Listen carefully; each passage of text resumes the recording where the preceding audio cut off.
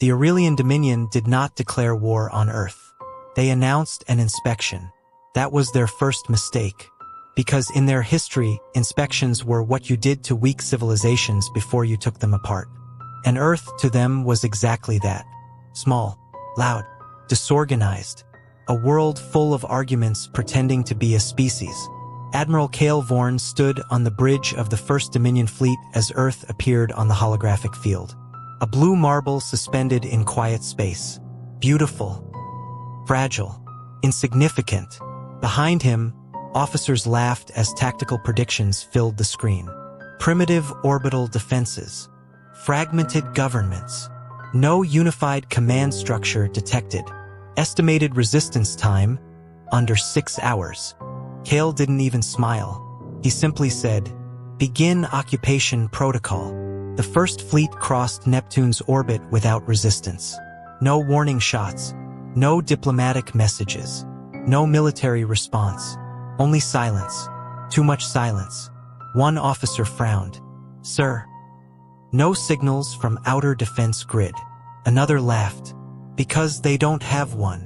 Cale stared at the darkness ahead. Something about it felt wrong. Not empty. Not abandoned. Just aware.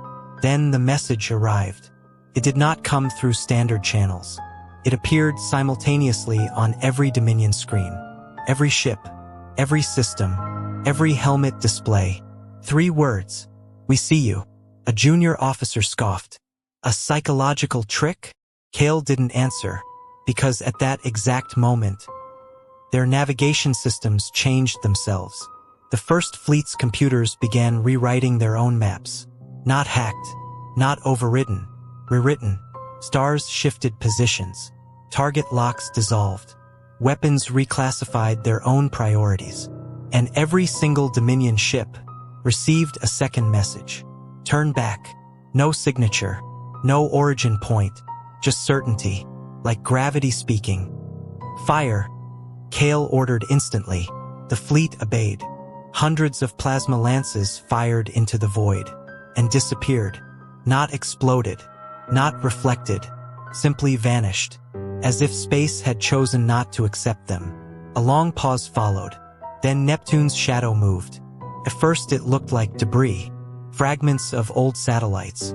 Forgotten mining structures. Dead human technology. Until they activated. One by one. Like waking predators. Rail platforms unfolded from icy moons. Silent cannons emerged from abandoned orbital stations. Drones rose from the dark side of Neptune like swarms of patient metal insects. And Cale finally understood what they had walked into. Earth had not defended its borders. It had extended itself into them. A voice came through the bridge speakers. "Calm. Human. You are entering protected space. Further advance will be considered confirmation of hostile intent." A pause. Then softer. "You still have time to leave." Cale clenched his fist. "Destroy the signal source." They fired at the relay buoy. It did not explode. It opened, like an eye, and then Neptune blinked. Not metaphorically, literally. Space around the First Fleet distorted. Sensors screamed. And suddenly, they were not alone. Not in front. Not behind. But everywhere. Cale whispered the only word that made sense. "Ambush."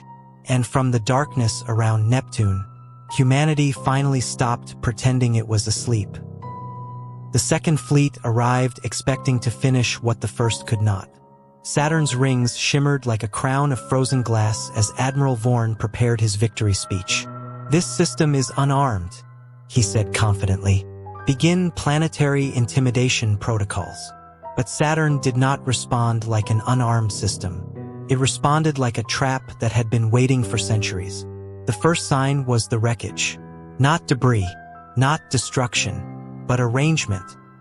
The remains of the First Fleet were floating in precise orbital formation. Every ship spaced evenly. Every escape pod intact. Every body recovered and preserved. No chaos. No rage. Just structure. One officer whispered, "They are studying us." Cale Vorn corrected him quietly. "No, they are judging us." Then Saturn's rings began to move.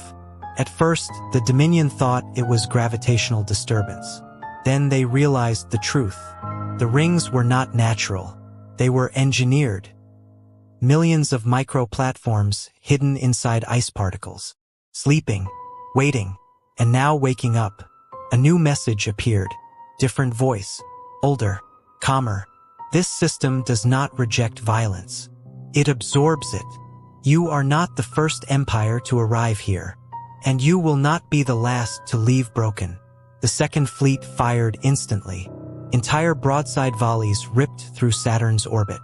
For a moment, nothing happened. Then the space behind them folded. Human ships emerged. Not from hyperspace, not from jump gates, but from blind spots, from reflections, from places sensors refused to acknowledge. One Dominion cruiser screamed, "We're surrounded." Another answered, "No." They were already here. Captain Mara Vale of the hidden Saturn Defense Ring spoke for the first time. Her voice carried through all channels. Calm, unhurried, almost disappointed. "You mistake visibility for presence. This system has never been empty. It has only been quiet." And then Saturn responded, not with firepower, but with coordination. The rings shifted into mirrored shields. Human stealth ships cut communication lines without destroying vessels. Gravity fields bent Dominion formations into isolated clusters. No ship could support another. No fleet could regroup. Cale Vorn watched his empire dissolve around him. Not through destruction, but through separation. And he finally understood the truth. Humans did not fight as a single army.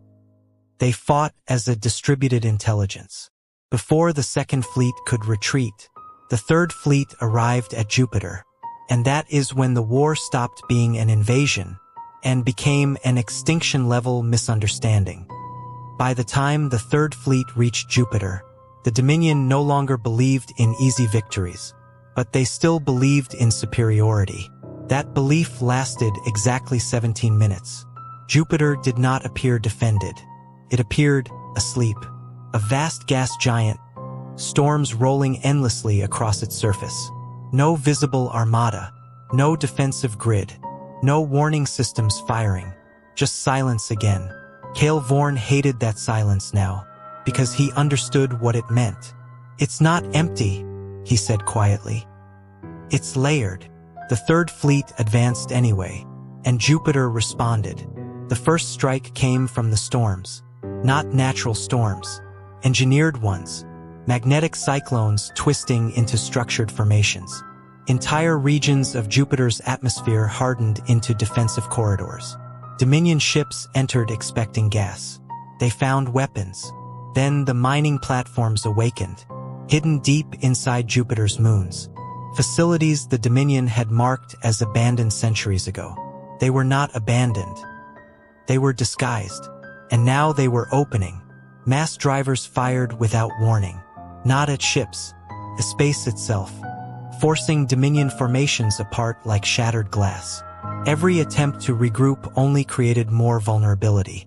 One officer screamed, "They're shaping the battlefield." Cale Vorn replied, "No, they already shaped it. We just arrived inside it." Then Mars responded. The fourth fleet arrived expecting a barren, war-torn rock. Instead, Mars lit up like a circuit board coming alive. Canyon walls split open. Hidden launch rails emerged from beneath red dust.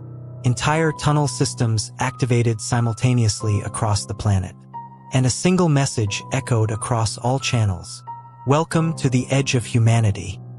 What followed was not a battle. It was architecture. Mars did not defend. Mars redirected. Every Dominion strike was absorbed, analyzed, and returned as chaos. Supply chains collapsed. Targeting systems misfired. Landing crafts were guided into empty valleys where nothing waited but silence. And beneath it all, human soldiers moved through underground cities that had never been meant to be seen. The Dominion finally realized the truth. Earth was not one world. It was a network of worlds acting as one organism. By the time the third and fourth fleets tried to regroup, The Fifth Fleet was already dying in the asteroid belt. Not by humans with guns, but by humans with patience. Miners, engineers, builders, people who had spent their entire lives working in silence and vacuum, now turning entire asteroids into moving fortresses. Cale Vorn received the final report from the Fifth Fleet. We cannot identify enemy positions. They are everywhere. Then another line appeared. No, they are nowhere. And for the first time since the war began, Cale Vorn stopped giving orders, because he finally understood. This was not an invasion. This was exposure. And humanity was about to reveal the final layer. Earth itself,